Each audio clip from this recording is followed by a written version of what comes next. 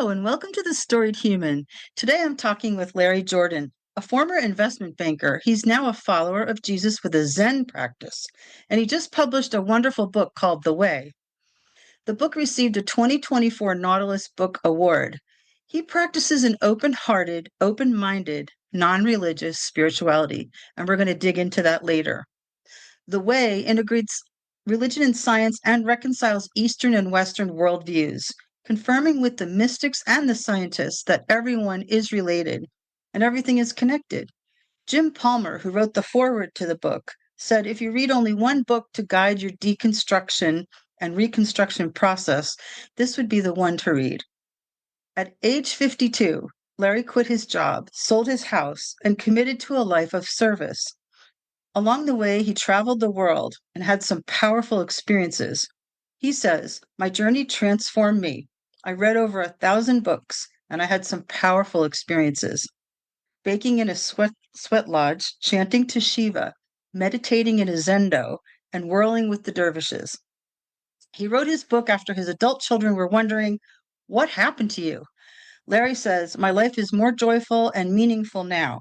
I cry more, I laugh more, I have more friends and deeper friendships." We'd love to hear more about all of that. Welcome, Larry. Very happy to have you on The Storied Human. Thanks. I'm delighted to be here. I've been really looking forward to the conversation. Me too. So, we really like to know someone's origin story and how they got to the point where they were able to make such a big change like you did. Okay. Well, I was raised Catholic. I was conservative, Republican. I worked in the investment banking business, very transactional. I only got paid if I closed, so I learned how to close. Um, I had a pretty good life to the extent that I kind of thought, this is maybe in my 40s and 50s. My parents are still alive, still are today. I'm still married to my wife of 44 years. I have two grown children that are launched. I have three grandsons. I have good health. I have some security. Um, I'm not, I came to the realization, my taking hand is really strong. My giving hand, not that strong because I was preoccupied, as most people are, with work, family, community life. And so a bunch of things happened kind of in midlife as I'm sort of wondering, what's next for me. And first of all, the planes hit the towers on 9/11, and I sort of thought, what is that about? What kind of religion sends airplanes into towers? And I started reading about Islam, not because of a spiritual interest, just because of a political interest, really. And I discovered that Islam is mostly a beautiful religion, and Muslims are mostly beautiful people. And there's a few fundamentalists, just like there's fundamentalists in every religion, that gives the religion a bad name. And I was especially interested in the mystics of Islam. And mystics are people that go looking for a genuine experience of ultimate reality. And I thought, well, why aren't there any Christian mystics? And of course there are. And I was a Catholic, so, I heard about them a little bit, but not as much as I should have. And organized religion sort of frowns on the mystics. It's like, hey, this is not a do-it-yourself program. If you think you've had an experience, talk to a priest and make sure it's a Catholic experience. And it doesn't work that way.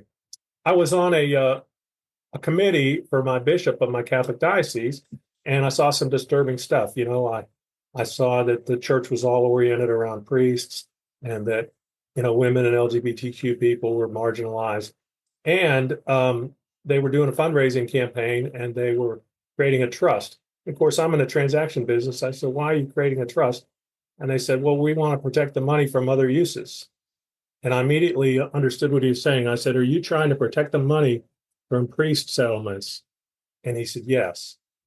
And I also realized in Catholicism, there was a split between really conservative and really liberal Catholics. And this guy was very conservative. So I realized, I don't even know that much about my own religion. But I did think it's been around for 2,000 years. There's 2 billion people that believe it.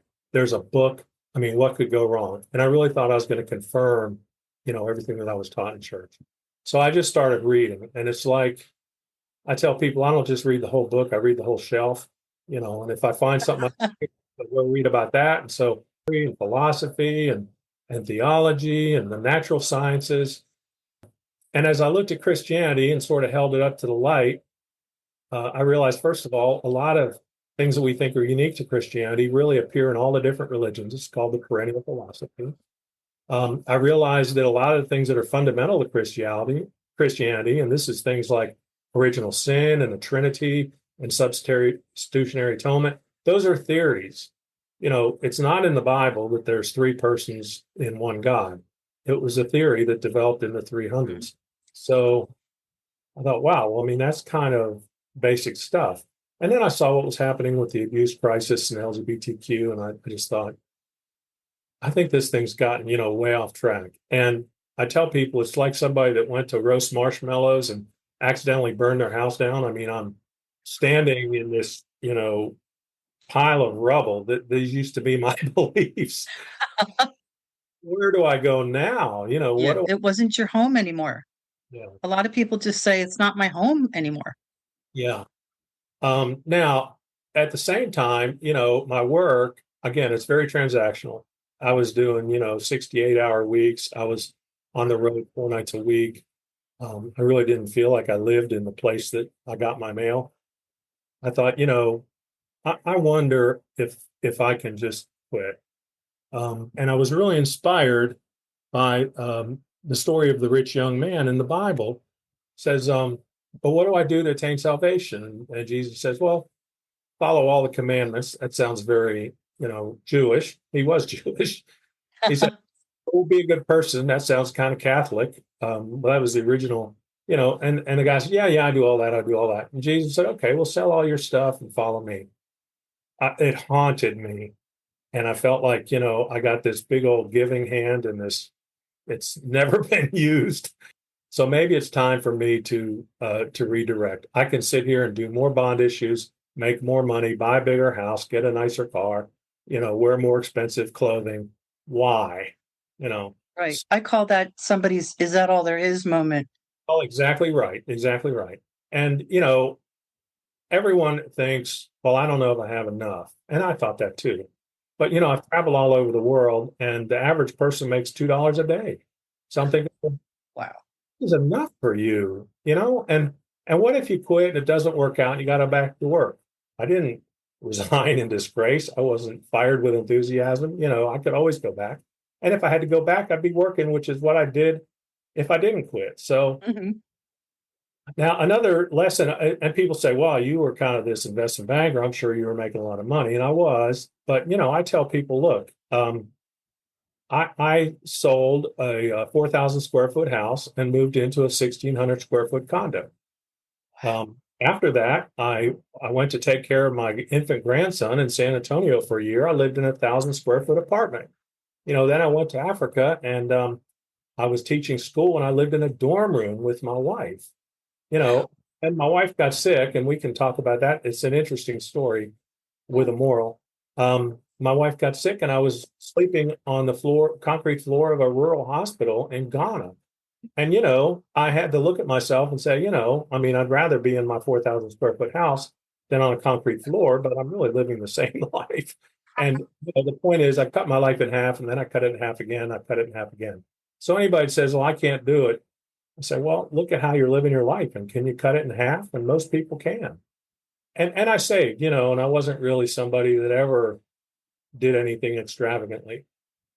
So basically, I took the rich young man to heart. My wife and I quit our jobs, sold our house, moved into this condo, and we started volunteering. And I mean, teaching school in Africa, taking care of my grandson, driving veterans to VA. I've done 1,000 tax returns for low and moderate income people. I just was exposed to all kinds of people that I'd never met before that I always sort of smugly thought, well, if they worked as hard as me, they could have done what I Oh did. yeah. I think It's, a lot of us think that. Yeah. it's not true. You meet people in homeless shelters that they live in your neighborhood or they used to. You Yeah. used to have successful careers. Now they're destitute because they had to take care of an ailing parent or a dying child. And so I just realized, people are people. And yes, I worked hard. I didn't get anything undeservedly, but I got some breaks. I Right. was able to do what other people were not able to do. So as I'm reading, I had a good friend who said, you really need to look at the Eastern religions. And at the time, it sounded very foreign. I thought, well, I don't know, do they even believe in God? Do they believe in a personal God? What's God if he's not a person? So I started reading, and I suffered at one point. And I'm somebody that could live 50 years, and I didn't really suffer like most people suffer. But I had something happen in my personal life that was really difficult. And all of a sudden, the Eastern religions, because Buddhism is all about avoiding suffering. And now that I'm suffering, I'm thinking, well, this is really sticking with me. And back in church, they told me, well, Jesus is with you. God has a plan. You suffer now, but you'll be rewarded in heaven. It didn't help. It didn't help me. Oh, You know, that's interesting. Yeah. Buddhism helped me. And the Eastern religions are very different than the Western. In the Western religion, it's all about personhood. I'm a person, God's a person. We have a personal relationship. In my career, I'm going to work for personal gain. I'm going to work towards my personal salvation. I have, as a citizen, personal responsibility. And the East, it's like, what's a person? What you think is your chemistry, it's your conditioning, it's your experience. It's a little bit of something happened, so something else happened. You didn't really control it. And there's an exercise in the East, self-inquiry. Who am I? And, so I say, well, I'm a retired guy. Well, you weren't always that. Well, I'm a volunteer. Well, you weren't always that. Well, I'm a grandfather. You weren't always that. Peel away all the layers and who are you? And in the West, we peel away all the layers and we have something we think is a soul. And in the East, some folks in the East say, well, no, you really don't have anything below. You just have you're made of the same stuff that everybody and everything else is made of. And I saw this wonderful sense of oneness in the Eastern religions that I think is really missing from the duality of God's up here and I'm down there. Yeah. And so I'm reading about the mystics. And when the mystics have a peak experience, a transcendent experience, as a Catholic, I thought, well, that'll be cool. All the popes will be on one side and all the saints will be on the other side, and the three persons are going to be up front, and there's grandma. And people that have transcendent experiences in all cultures at all times, it's not like that. They sense the oneness. They see things on a granular level. They don't know where their hand ends and where everything else begins. And they have a sense that everything is okay right here, right now. There's no place else to go. There's nothing else to do. You were always part of the whole, just in real. And, Great description. Yeah. I've had moments of that. Just okay. moments. Yeah. That's so wonderful. I say most people do. Most people have moments, and some people have experiences. And they say something like a third of the people have had experiences. I have an interesting story about that. I'm an intellectual guy. I read all the books in the library, and I'm reading something, and all of a sudden I'm reading about the mystics, and I slam it shut, and I tell my wife, "You're not going to believe what I just read." And she's a very intuitive person, and I'm explaining the mystics, and there's a tear rolling down her cheek, and she says, "I have had that experience. I didn't know what it was. I didn't tell anybody. I didn't think it was spiritual. I just thought it was something very special. But I had a mystical experience." And so, I'm a believer. And so then I'm also reading about the science, and there's a great book called The Tao of Physics, TAO. I read that. Okay, well, then you know where I'm going. That's It's a wonderful book. Yeah. and this physicist says, the table is not as solid as you think it is. The air is not as empty as you think it is.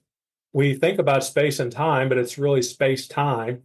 We think about energy and matter, but it's really two sides of the same coin, E equals mc squared. We can, if two particles are entangled and you separate them and you change one, the other changes instantly across infinite distance. Einstein called it spooky action at a distance. And, we're not observers of an external world. We're participants in a world. And for instance, if a scientist shines an electron microscope at a particle, it moves. We change outcomes just by observation. And there's the Yeah. famous double slit experiment where is light a wave or a particle? I don't know. Let's roll out the particle machine. Oh, it is a particle.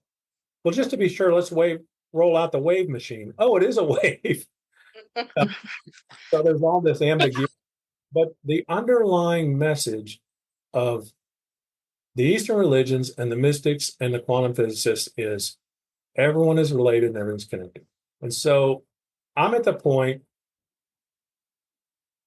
late in my journey, I thought, well, I have this kind of esoteric spirituality now. I only know one thing. I don't hardly believe anything. I'm sure there's no home for me. I'm sure there's nobody that practices what I practice. And I bumped into a guy named Ruben Habito, who's a former Jesuit priest who studied in Japan in the 70s. And all the Jesuit priests in Japan in the 70s studied Zen. So he's no longer a priest, but he's still a Catholic, and he's a Zen teacher. And I said, well, I got to find this guy. Where is he? Well, he's in Dallas, Texas. He lives 20 minutes from me. So I found him and I said, well, look, I don't want a bunch of doctrine. He said, we don't have a bunch of doctrine. You know, we're all about objective evidence and subjective experience. And there's a Zen patriarch years ago who said, you don't have to seek for truth. Just let go of your beliefs. Ooh. It's there to find. Don't make stuff up. Don't speculate. If you ask a Zen master, is there a God? Who knows? You know, we can't know. What is it?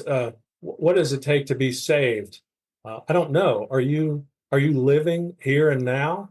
Are you really present here and now? Say, well, where do I go after I die? All the things that I used to lay awake worrying about as a Christian just sort of evaporate. It's like, I'm here now. I'm living my life. I understand connection and relationship and oneness. And somebody says, well, I can't believe you spent 20 years, you read 1,000 books, you baked in a sweat lodge. That's all you came up with. And I say, it's all I need. It's very profound. And if you think we're all related, we're all connected, you don't do anything to anybody else that you wouldn't do to your husband, your son, your brother, your neighbor. You don't, without being political, but there is a political message in the book. If you think like I do, and I live in Texas, a lot of people don't. A lot of people think like I used to think. But if you think like I do, you don't ban Muslims, you don't build walls, you don't marginalize LGBTQ people, you don't separate families, you don't take away their health care. And so just with that one commandment, and it's not so different than love your neighbor as yourself. I tell people, somebody says, wow, I don't know your way out there. Well, I'm kind of where Jesus ended up. I Yeah.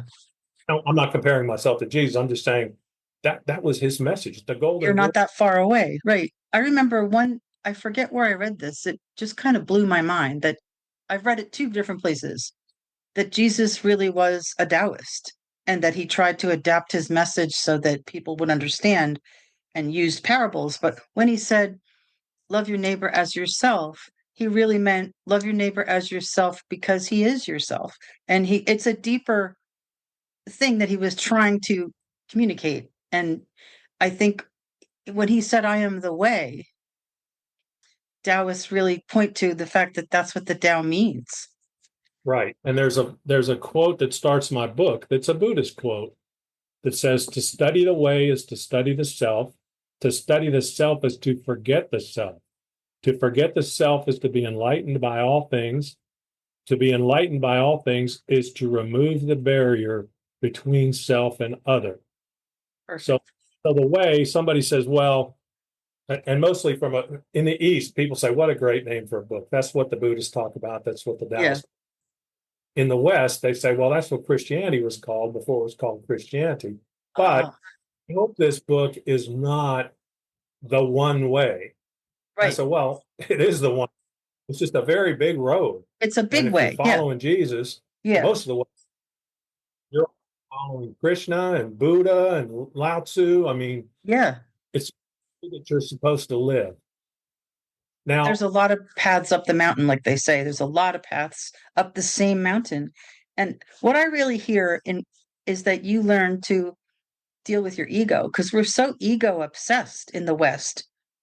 And you learn to let that go.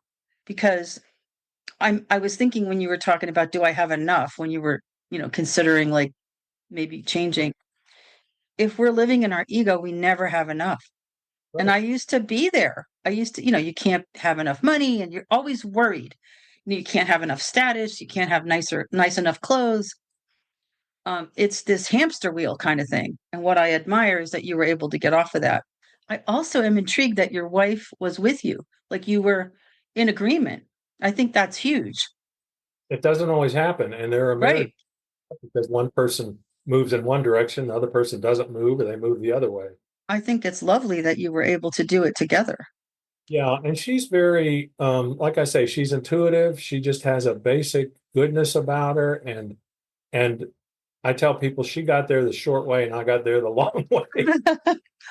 And, She understood. Yeah, I understand. And plus, you were obsessed with providing. You know, men are obsessed. I mean, it's hard on men. They're expected to step up and work hard and provide. well, another thing when you talk about marriage, I'm I'll always be grateful that when I said to my wife, and I told her twice, I had a job one time, I mentioned it briefly in the book, that it was just destroying me. And I said, I have to quit, and I was making all this money. I didn't know what I was going to do. I was going to go out on my own.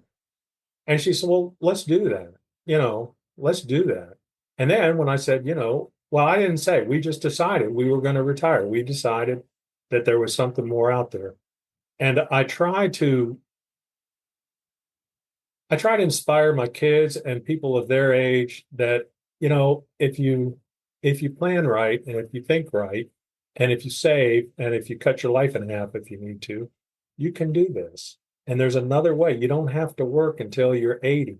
There were a lot of people in my business, they couldn't quit because how could I leave X amount of money on the table? Or they're ready to quit and their wife says, don't quit. I like to go to New I like to drive a Lexus. Mhm. And I'm just so grateful that my wife was a true partner, that Yeah, she trusted me. I yeah, mean, because she has the same question, well, is it enough? And yeah. I don't, nobody can know, but I think it's enough. And here's another lesson, I guess. Part of what gave me the confidence to do that is that I took risk all my life. I thought, the people that build wealth, they build wealth in the stock market. I need to understand the stock market. And it's not that hard to understand, but you have to make some mistakes along the way because that's the Oh, way. yeah. And so, by the time I was 50, I'd made a bunch of mistakes. I'd resolved never to make those particular mistakes again. And, it gave me the confidence to say, with this amount of money and this amount of years, I'm probably going to be okay. And my wife, confidence rubs off. And if you're really convicted that this is going to be okay, and your wife says, well, you know better than I do, but you haven't been wrong so far, and I'm just so grateful that that I married the person I married, that she grew with me, and that she Yeah. was the partner the whole way. There was a time when I left the job the first time, she was the breadwinner. She had been a stay-at-home mom. She went back to work. We went on her insurance.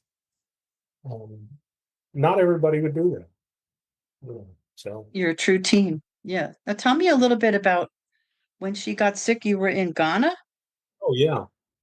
So one of the things we decided to do was go to Africa, and there was a volunteer program where you could work in hospitals and schools and this kind of thing. We went to Ghana because it's the first democracy in Africa, and it's nominally English speaking, and it's not like going to Somalia or something. I didn't want to take my wife to Somalia. We got there and it was very rustic, and I mean, we were really not prepared for that. And dirt roads, no industry. You know, um, People operated what you might think of as a bait shop. There weren't really big office buildings or anything. There was subsistence farmers and fishermen and the like. So if there's no industry, there's no tax dollars. If there's no tax dollars, there's no services. So there was really poverty there like I have never seen. Wow. Yeah. I had a little bit of culture shock. It disturbed me so much. I wasn't eating, I wasn't sleeping. And about a week into it, I finally started to kind of come back to myself, and I was shaving. I was back when I shaved. I was shaving, and I looked myself in the eye in the mirror, and I thought, oh, there he is again. It was like seeing somebody from high school that you hadn't seen in a long time. And I don't know if I physically had changed or if I was so out of myself that I wasn't totally aware, but I sort of Yeah. I sort of lost my sense of self for a while.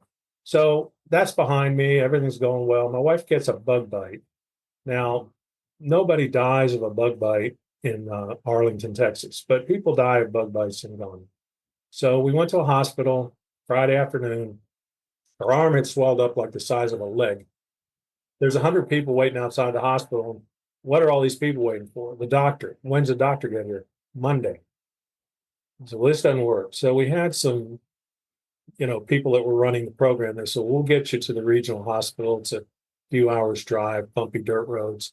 We get to the hospital, no doctor. Well, where's the nearest doctor? You can try the other hospital. So there's two Cuban doctors there on a medical mission. And they said, well, we're going to give you IV antibiotics and we might do surgery. My wife's a nurse and she's like, I really don't want to get surgery from a Cuban doctor in a rural African Yeah. hospital. She knows. Yeah. So the care was not good and the situation got worse. And I called the travel insurance company. And I don't know if those people even answer the phone. I mean, you write a check and nobody uses it. And I had to use it. And I said, hey, I'm in Africa and I'm afraid my wife is going to die. I'm in this rural hospital. I'm not getting good care. Her situation's worse. And they said, I'll tell you what, can you get yourself to the capital of Ghana?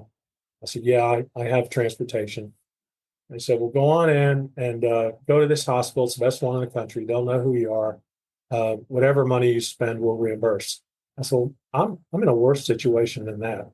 I have $20 in my pocket. Wow. I left thinking I was going to the local hospital, and now I'm, 4 hours from home, and I got nothing. And my credit card doesn't work in the machines. And because of all the fraud in Africa, you go to the Citibank, you go to the top floor, the biggest building in Accra, and say, I have a passport and a bank account number and a Visa card. I'd like to my money. And they say, can't do it. So I had this existential crisis that, I have always been able to talk my way out, think my way out, pay my way out. Nothing works here. There's no one to talk to. I don't have any money. I'm helpless. Oh my gosh. So, so I did find a hotel that would take. It was catered to tourists. It took my Visa card. So I stayed in a hotel that was exactly a mile from the hospital, exactly a mile from the shopping mall. When you check into the hospital, they say, well, you got to get your own food and your own sheets and towels. Wow. Everything? Yeah. So I'm lugging back and forth all the food and bedding and everything from the shopping area to the hospital, and then going back and crashing in the hotel. And so my wife is getting good care now, not care like you would get here, but she was stabilized. We're ready to go. And so our guide comes to pick us up. I said, we're going to the airport, I hope. He goes, no, we're going back to the jungle. My wife is, she's up for it, and I'm not, because I've already crashed a few times. And I just looked this guy in the eye. I said, I'm not used to this. I'm very exposed here, like I'm not at home. I can't think my way out or talk to my way out or pay my way out. I need to find a way to get some of the money that I have in the United States to Ghana in case this happens again. And this young man, he's about 30, I'll never forget it. He looked me in the eye and he said, help me to understand your problem. Your wife is full of antibiotics. She's not going to get sick. We're going to where you're staying in the dorm room and your stuff is there and we provide your food and we'll get you to the airport in a couple of weeks. What exactly are you worried about? And I felt about this big. I Wow. humbled and shamed. I said, I don't know. I don't know what I was thinking. Let's go back to the jungle. And I thought about it. All those people in those hospitals, all the people that were hosting us in the program, all the other volunteers, some of them dropped what they were doing and found a way to get for. These are people we've known for a week, found a way to the capital of Ghana to check on us. And one of them said, I'm just going to keep, putting my Visa card, which works, into an ATM until you have enough money. And it's like, Aw. I don't know if you want to call it, God or fate or karma or the universe, but there was a bunch of help there that I had been receiving the whole time that I just didn't even recognize. And so Like I say, I was just shamed and humbled. I learned an incredible life lesson. I thought, if I'm ever in a position like this again, I'm going to have to remember that. I'm going to have to get over this fear, this sense of control. Um, this has really been a learning experience for me. So fast forward 10 years later, we go to Ecuador, to the Galapagos Islands, Ooh. and we're on a boat with only 100 people, and one of them has COVID, then two of them have COVID, then 20 Oh of them. no. Oh no. So we get back to land, and this is when you still had to test to get on a plane, and my wife has COVID. So we have to stay for 5 days, and then I have to test, and now I have COVID. So we have to stay another 5 days. So we're 10 days in a hotel room in Ecuador. Now, when the cruise ship dropped us at the hotel, they said, "Okay, good luck. We're gone. Hope everything works out for you." And everyone else is standing there like deer in the headlights. And my wife and I, since we were veterans at this point, said, "Okay, well, wait. Before you go, how am I going to get a hold of a doctor? How am I going to get my prescriptions filled? How am I going to get my flight rescheduled? How am I going to get to the airport? You can leave, but before you leave, I need to see my way out of this." And a Hmm. presence of mind that I would not have had before, and the sense of, you have resources, use them. You Yeah. don't have to do it by yourself, but you have to Yeah. do it. So Yeah. That's I so interesting to me. You were so that first story when you realized you were humbled in Ghana, you were just so used to being the person who had the extra money always, ready for an emergency. You were the man, right? You were the guy. I was untouchable. Yeah. And that makes total sense, but what a lovely lesson to learn, Yeah. to be humbled in that way. Yeah. Yeah. And when I think back on it, I mean, it worked out fine. It Yeah. was pleasant to go through. But like I say, the resources were there. There was lots of help. People that Yeah. I knew or didn't know at all, they were there when we needed them. So it's really a great lesson. Yeah. So when did you first think about writing this book? Because this book sounds amazing. I can't wait to read it. I actually ordered the Kindle version. Oh, good. Okay. Well, thank you for that. Well, my kids, said, "Geez, what happened to you?" as you were describing. And I said, "Look, I couldn't." This was a throwaway comment. And I said, "I couldn't tell you a sentence. I mean, I'd have to write a book. And you need to write I that book." And two things. One, I'd read all these books. I hadn't taken a single note because I didn't know I was going to write a book. Um, but they convinced me, no, you have something to say.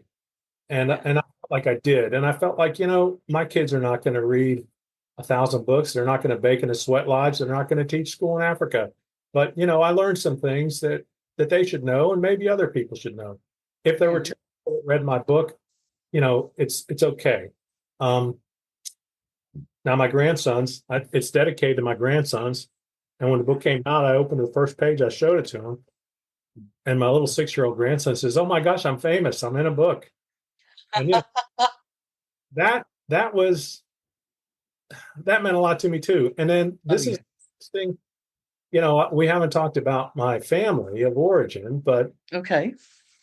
my parents are still very much in the situation I left, and they really didn't understand what I was doing or where I was going, and they were felt challenged. They were angry that I was um, taken off in a different direction. They were somebody that says, "Well, we're not going to talk about politics or religion." And I said, "Well, we can do that, but that's a very superficial relationship. I mean, Yeah. I, with my friends and with my family, and I mean, if you want to talk about the weather, I guess we can talk about the weather." Um, and then my dad asked me one time, "Well, are you writing a book?" And I said, "Yeah." "Well, where is it?" "It's finished." "Are you going to show it to me?" "Well, I don't know. I wasn't going to inflict that on you. You don't like to talk about this stuff." I said, "No, I'd like to see it." So, Oh. and he read it very carefully, and he gave me a lot of constructive criticism. And at the end, he said, um, "I know you better than I did before you wrote the book. I feel closer to you since you've written the book, and I understand, the arc of your life now. in a way that I didn't before. And so before the book even came out, it just was, it's transformative for me. I got my first box of books. My son said, "You're an author now." I said, "No, I'm a writer." An author is someone who sells a book. And the $20 bill out of his pocket. I get emotional thinking about it. And he said, Oh, "Congratulations, you're an author." oh, Um, it just, like I say, it really transformed me. The book, I tried to get it done, with a publishing house, and it's just too difficult a book to. My son says lots of people would like this book. Nobody would expect to like it. Nobody would go looking for it. And if they went looking for it, they wouldn't know where to find it. So it's been a real challenge. But I got a book award, the Nautilus Book Award. that's so wonderful. I got a ringing endorsement from Jim Palmer, who wrote the foreword, who's kind of a big guy in my small circles. And somebody said, "Well, writing a book is not just about writing, it's about marketing." Well, I was in the transaction business. So I leaned in, I said, "You know what? Sell the shit out of this book." Typical self-published book sells about 200 copies. I had that many sold really before it came out. Wow. Once it came out, I started doing free promotions. You can download the Kindle version free, and it's Hmm. also unlimited. So somebody with Kindle Unlimited can get it free because it's not about making money to me. You Yeah. know, I didn't leave a big time job to make my way as a writer and make 3,000 Yeah. or whatever. So I've given a bunch away. Today, there's almost 8,000 books out there. And Wow. I get calls and emails and letters, like people that say, "I'd like to meet you. Are you anywhere near me?" I have met people in groups that are going through sort of what I went through, and I've become friends with people that I've met online. I mean, really good friends. We travel together and this kind of thing. So Yeah. the book's been a blessing every way that it could be. I love it. I love how it happened too. I love how you naturally seeded your mind with 1,000 books. Like that was all in there. And then you had those experiences. So that's a strong base for a book. I bet some people thought it came out of nowhere, but I see it as like a really natural evolution of your journey, a Yeah, result of your journey. the book was so important to me. My wife hates when I tell this story, but I have to tell you. There, I'm about halfway through the book, and I'm starting to see what it's turning into. And people that don't write, I see a book and I think, "Oh, the guy wrote a book," and that's just the book that he was supposed to write. Well, there is no book that you're supposed to write. There's a blank piece of paper, and it could turn into 1,000 different books. And there are so many decisions about content and tone. And should I say, is this too much? Is this too little? Is it too strident? Is it too weak? Do I project authority but also humility? And I was about halfway through it. I thought, damn, this is. I don't know if it's a good book, but it's the best book that I could write, and it's a better book than I thought I was going to write. That's And so good. it became a motivator for me. And I told my wife one time, "I'm afraid I'm going to get in a car accident or something. The guys in the ambulance are going to say, 'I don't think you're going to make it.'" And I'd just grab them and say, "I have to make it. I still have a book in me." My wife said, "Well, don't worry. You'll get to a point where I'll be able to finish the book for you if you get hit by a car." So about the sixth or seventh, I wrote a lot of drafts of this book, and she read every one of them. So did my kids. And at one point, she didn't say this, but she basically said, "You can die now. I can finish your book." But it gave me a sense of peace because I just felt like, man, I really have something to say. And the advantage of not having a bunch of notes, most people write books, they take a bunch of notes, connect the dots from one note to another. And I wasn't like that. Mine was like, what do you want to tell your kids about your journey?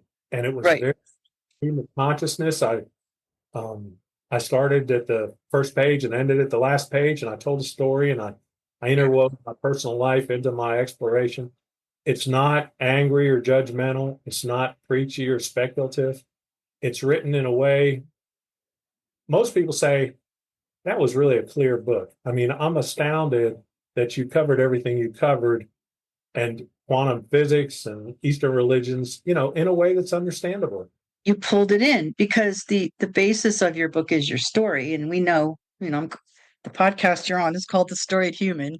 Story is so important, and it's the structure of your story. That's how human beings have always learned that way. So you intuitively told your story, and then you pulled in all these things that you learned, but they fit. And I love how people are connecting with it. That must feel so good. Yeah, and it was deliberately user friendly. It's Yeah, one of some pages. It's small chapters. It's small paragraphs. It's short smart. sentences. It's I kept when people would read it, they say, I don't know what that word is, because it would be jargon that I picked up in a PhD dissertation somewhere. So it's very clear. And I've had an educator tell me, this is an easy to read book for people who Yeah, don't like to read. you seem to And I understand really, readability. Yeah, yeah, and I have a friend who's a musician, and he does 3-minute songs, and he sells them for 99 cents. And if you pay 99 cents, you can listen to that song as many times you want, in the shower, mowing the lawn, driving, reading a book. A book is different. A book is, $3.99 for an ebook, $15.99 for a paperback. It requires a 4 or 5 hour investment. And my book, you don't read it while you're watching a ball game. You just read it while you're not doing anything else. So I'm so grateful for somebody that was interested enough or curious enough to pick up the take book. And that time. so I felt like I owed that guy, and I didn't, it doesn't have footnotes in it, because I attributed all the quotes, and I thought, well, anybody that wants to find out where that quote came from, they can go look at it. This is a general market book. This is more like a series of essays. There's an annotated reading list that says, here's 30 books that were helpful to me, and here's 30 words about why I liked each one. And then there's It's a really good. with 3 questions for each 20 chapters or so, that people are supposed to be able to digest the book. It's perfectly designed for book clubs, and it's been I was done. going to say, I read that on your website. Let's mention your website so I don't forget, because I'll put it in the show notes, but I like people to know it's larryjordanauthor.com. Right. And your book is available on a lot of sites, Amazon included. Yeah. Is there any other way you'd like people to reach you or anything else you'd like people to know? A couple things. It's also an Ingram Spark. If you're at a library or bookstore, they don't go to Amazon because you just don't do that. So Right. so it's in a distributor where if you go into your independent bookstore, and I'm a big supporter of independent bookstores, Great. they can get it for you. I have an email address, larryjordanauthor@gmail.com. I love to hear, Okay. and I learn from people. People call me and say, have you ever heard of this author, or have you ever explored this concept, or something in the book triggered them? So I've Yeah. learned from people that have learned a little from the book. And I also have a blog at Patheos, which is a website for all different religions. And the title of the blog, and I'll explain that, is "You Might Be Right," because again, I know one thing. I hold, if I have beliefs, I hold them really loosely. I had a friend visit me. I go to Crestone, Colorado, which is described in the book. They have all these spiritual centers. It's where I had a lot of my experiences. A friend of mine came to see me. He's a medical doctor, a longtime friend, fraternity brother, was in my wedding, and he's fundamental Christian. And he said, "Tell me about your book." I got about 3 sentences in. He said, "No, no, no. I think the earth was created 6,000 years ago. I think the dinosaurs and everybody but Noah died in the great flood." And I said, "Wow." Well, I said, "We're at 9,000 feet above sea level. Did the water get here? Where did all that water come from? Where did all that water go? Did all those kangaroos doggy paddle from Australia to the Middle East, take a 40-day cruise and paddle all the way back? I mean, why do we have dinosaur bones and human bones in totally different places?" And then I said, and this is the really important thing, but I wasn't here 6,000 years ago. I wasn't here 13 billion years ago. You might be right. Now, that is a wonderful way to either end a conversation or start a new one. Yeah. And there's a little bit of a barb in it, because the person says, well, of course I'm right. And then they think, well, I think I'm right. Yeah. Yeah. Yeah. I always tell people, look, all religion is cultural. all theology is speculation. And Yeah. so it's just a little bit that anybody knows, and there's a whole bunch of things that they believe, but they sometimes believe them so strongly they think they know them. So I told my friend, you might be right. And then I leaned in and I said, your turn. He said, what do you mean? I said, well, tell me I might be right. I mean, it's a small concession. You weren't here 6,000 years ago either. He said, I can't do it. And I said, well, I knew you couldn't do it. And I said, I, I love you. There's no hard feelings, but I think you can appreciate that, from somebody who just said you might be right, you're not able to say the same thing to me. It's pretty arrogant, it's pretty arrogant. He goes, yeah, I know. Sorry about that.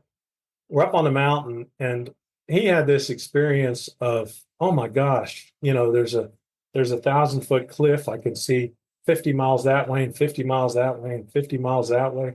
There's all this beauty. And this is just one small part of this immense, infinite, eternal universe. And so he came down the mountain with me, and we're sitting there having scotch and cigars, and we're looking at the mountain. And he's, that conversation we had the other day. I said, yeah. He says, you might be right. Oh, I love that.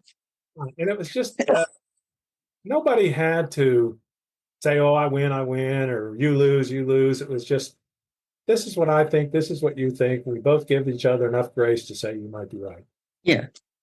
You know what I like about that? The gentleness.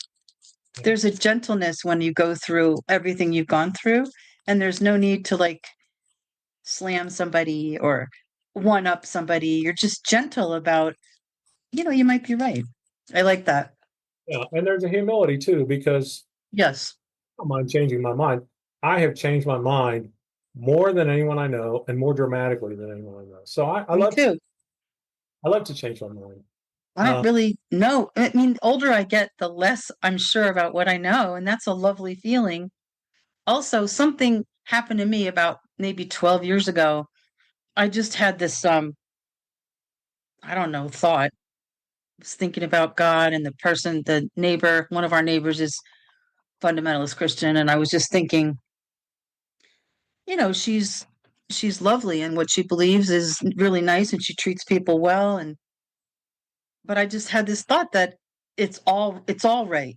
God is much bigger than that.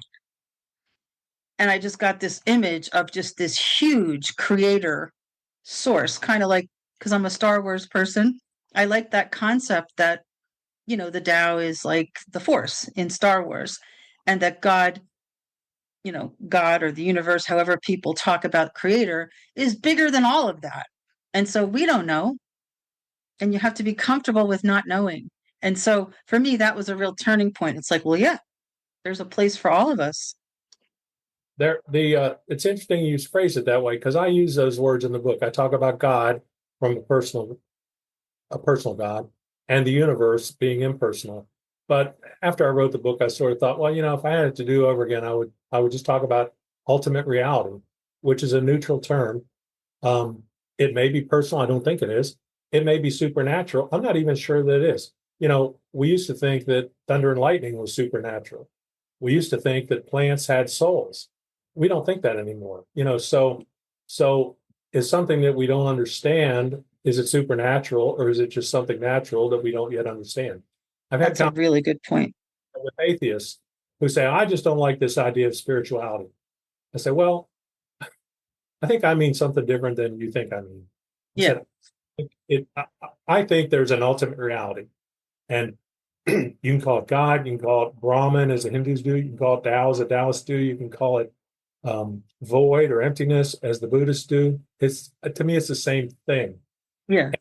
It's supernatural or not. So when I talk about spirituality, I'm talking about connecting to something bigger. And there certainly is something bigger. And people, when they have that peak experience. And mysticism is just a way to access that aspect of ultimate reality that's always there. To tap into that. Yeah. And I was going to mention that it is kind of fascinating that the more they study science, what used to seem like magic, right, is really just science we didn't understand. And it most closely, I would say that physics and what they're discovering in physics most closely matches Taoism. Out of all the religions, Taoism describes how the universe works, which I love. because I Yeah. love Taoism. I love the simplicity of it. Um, yeah, and I can't wait to plow into your book because I think we need somebody who has that bigger view and comes from a place of acceptance. You come from a real place of acceptance. Yeah. And one thing that's helped me in this recent political climate, you know, I know a lot of people that don't think the way I do. And Hmm. and we tend to be very, very rigid, very set in our beliefs. And I tell people, where did we learn that beliefs are more important than facts? We learned that in church. Wow. Where did we learn that people that have our beliefs are good people and people that don't have our beliefs are bad people? We learned that in church. And so I have consciously in the last year or so taken this asking questions, you might be right, into the political realm too. And I'll go to breakfast with a bunch of guys. They're as conservative as you can be, and they'll make some really strident, absolute statement. And I'll say, why do you say that? And it's not a offensive question, and I'm not trolling them because again, I could change my mind. Most people in an adversarial situation or something that could be adversarial, they make it adversarial because they don't ask questions. They say, "Well, let me tell you how it is." And I've just not. I've learned not to do that. I don't do it politically. I don't do it spiritually. Um, but I do think, like I say, that there's a natural way to live your life if you think about things spiritually the way that I do. Yeah. So, so I say, well, look, I don't agree with you. It doesn't conform to my spirituality. But you might have different spirituality, or you might not care if your politics conforms to your spirituality. But I do. And Right. that's the only reason that I would care about it. And I've done things on my own, asking questions. Um, is the minimum wage a higher minimum wage? Is it good because more poor people get more money, or is it bad because it hurts small businesses and it crowds out the profit margin and investor? I can understand both sides. So I just want to understand. I just want to know the facts. Yeah, And when you look at it, the answer is it depends. exactly. That's so good. And so often I said to my friends who are, on another part of the spectrum, I understand, like I'll start where we understand. Like we're both afraid of something similar. We both recognize a problem. Their approach to solve it is different. But I like to meet in that middle and say, I get you. I get what you're afraid of. I fear it too. Yeah, Whatever it is. I've even conceded. Somebody told me, Barack Obama is the worst president that ever lived. And I said, well, I don't know. I said, I voted for him once. I voted for the other guy once. I was a little disappointed that maybe he didn't do everything that I thought he could have done or should have done. But why do you say he's the worst? They said, well, he sent all that money to Iran. I go, well, I don't know the situation. As I understand it, he was sending them back their own money. He wasn't sending my money to Iran. But I'll give it to you. I'm going to agree with you. That was a terrible idea. What else did Barack Obama do that made him the worst president that ever lived? And they didn't have anything. They Yeah. didn't. And so, I think they went away from that conversation thinking, yeah, maybe I overstated a little bit. Yeah. Because you weren't confrontational back. See, it's like a magic bullet, right? When you're just calm and you really are you're inquiring. It sets a tone, which I think we are sorely missing. Well, Right. if there's not anything else that you want to share with us, I'll wrap it up today and say a big thank you to you because I think you put something out in the world that people really need.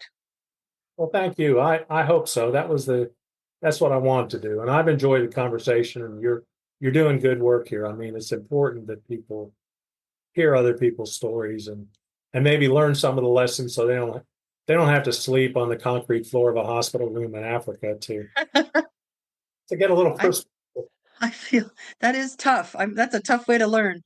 I feel honored that people share their stories with me, and I'm really glad that I'm able to hear them, to provide a platform for them because it's been a wonderful, unexpected part of my life. I'm a writer, Okay. and I have no idea why I started this podcast, but 87 episodes later, I'm really enjoying it. So thank you for contributing.